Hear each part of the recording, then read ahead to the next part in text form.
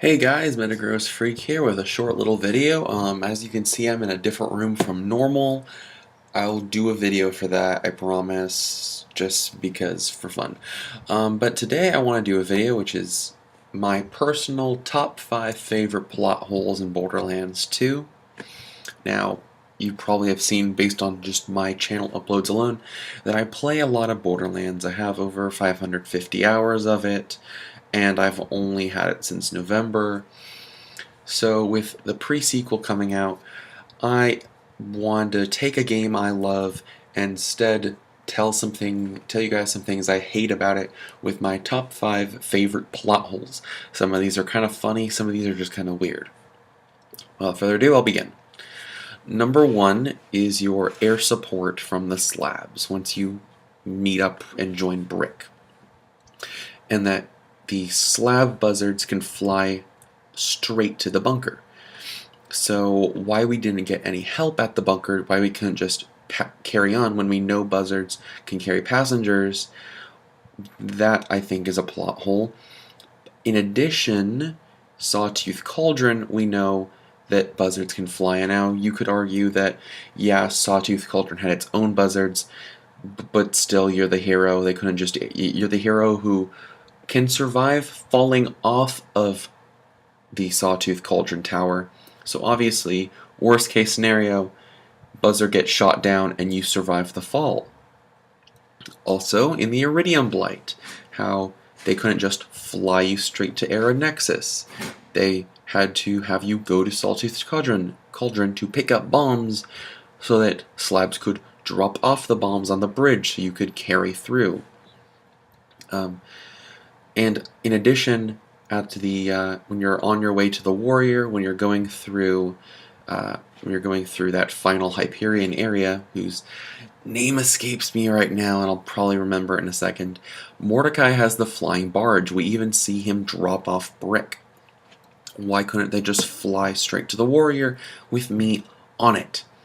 I get they probably wanted to kill some Hyperion guys to get revenge for kidnapping Lilith, but still, why couldn't we just fly to the warrior?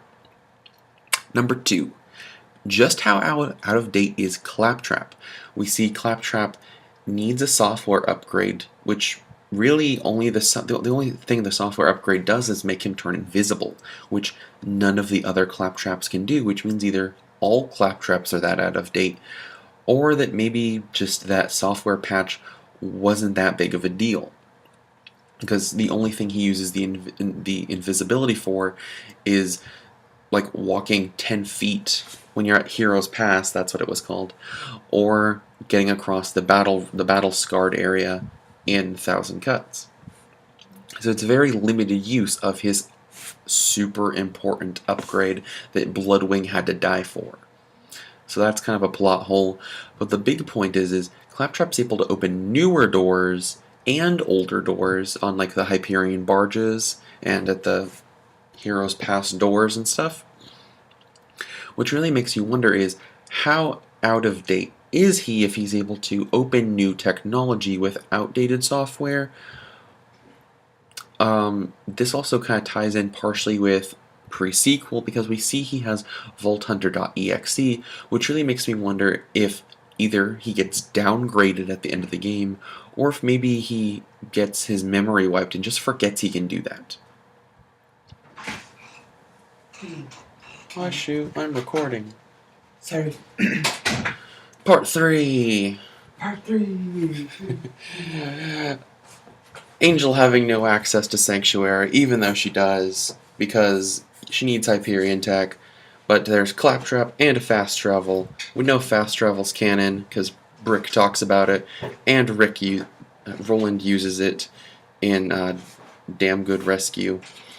And the victims of Sanctuary use it when it's being bombarded when there's no shield. So fast travel's canon, and it's Hyperion. Claptrap is Hyperion. Though if you argue he's outdated, there's still the fast travel. So Angel had access to Sanctuary. She didn't need you to kill Wilhelm. Next up, shields are canon.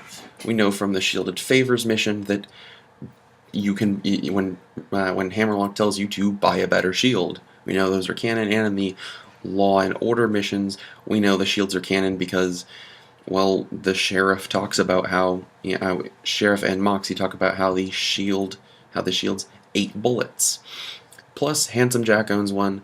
So the better question is, why doesn't Roland? If Roland had a shield, he probably could have survived getting shot in the chest. And, not died. Last but not least is probably me just nitpicking in that when you're in Opportunity, when Handsome Jack attacks, he says he's sending you everything. Though really, it's only just a couple badass loaders and one constructor. My question is, if he's sending you everything, why aren't there more constructors? And where is Saturn? We know he can just drop Saturn anywhere from the moon base because he does it in the Arid Nexus, and yet he doesn't just airdrop Saturn onto us for no good reason. I personally think it'd be hilarious if you had to fight Saturn in Opportunity, because you could duck in and out of buildings, but they probably figured that'd be too hard of a boss that early in the game. Those are my top 5 plot holes. Let me know if you have any other fun ones below, and until next time, I'll see you. Bye.